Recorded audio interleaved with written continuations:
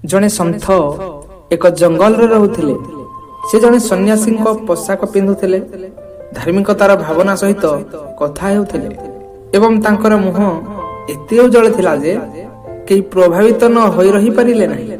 थरे सहर रो जड़े व्यक्ति जंगल को आसिले एवं जेतेबेले से महात्मा को कुटीर पाख देई गले से देखिले जे अनेक लोक महात्मा को देखा करबा को आसी से महात्मा पाखक जाई कहिले जे आपण धनी नुहंती, आपण दामी पोशाक पिंधि नाहंती, आपण को देखी मु आदौ प्रभावित होई नाही, तेबे एते लोक आपण को देखा करबा को काहे के आसुछंती। महात्मा तांकर गोटिए मुदी काढी से व्यक्ति को देले एवं कहिले जे तुमे एहा को बाजार रे बिक्री करी बदल रे एक सुनाहार आनो। एबे सेही लोकटी बाजार को गला एवं प्रत्येक दुकान को जाई मुदी बदल रे सुनाहार मागिला, किंतु कहीं मुदी बदल रे पितल खंडिया भी बदलाइबा को राजी हेले नहीं। सुनाहार तो दूरर कथा। क्लांत होई व्यक्ति जनक साधुंक पाखक को फेरी आसिले एवं कहिले एही मुदीटी मूल्यहीन।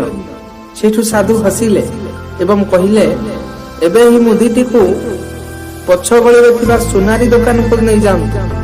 जेतेबेले व्यक्ति जनक सुनारी दुकान को गले सुनारी मुदी बदल रे गोटिए नुहे बरम 5टी हार प्रदान कले। व्यक्ति जनक आश्चर्य हो गले जे एही सरल मुदी बदल रे केही पितल हार बदलाइबा को इच्छा नथिला बेले किंतु एही सुनारी 5टी सुनाहार किपरि देई परिबे। सही व्यक्ति महात्मा को पाखक फेरी कले एवं तांको सब किछि कहिले। तापरे महात्मा कहिले वस्तु गुड़िक सबु बेले जेपरि बाहरे देखा जाए सेपरि हुए नहीं। यह कौनसी साधारण मुदी नुहे परम यह हीरा मुदी जहा को केवल जने सुनारी चिन्ह पारिला।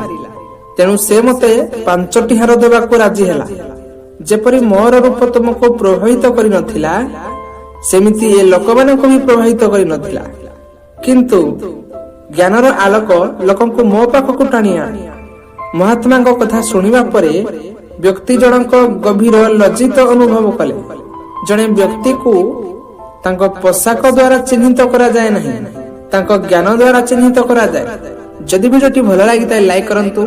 जदि हम चैनल को नुआ करी देखुछंती एबे ही हम चैनल को सब्सक्राइब करंतु।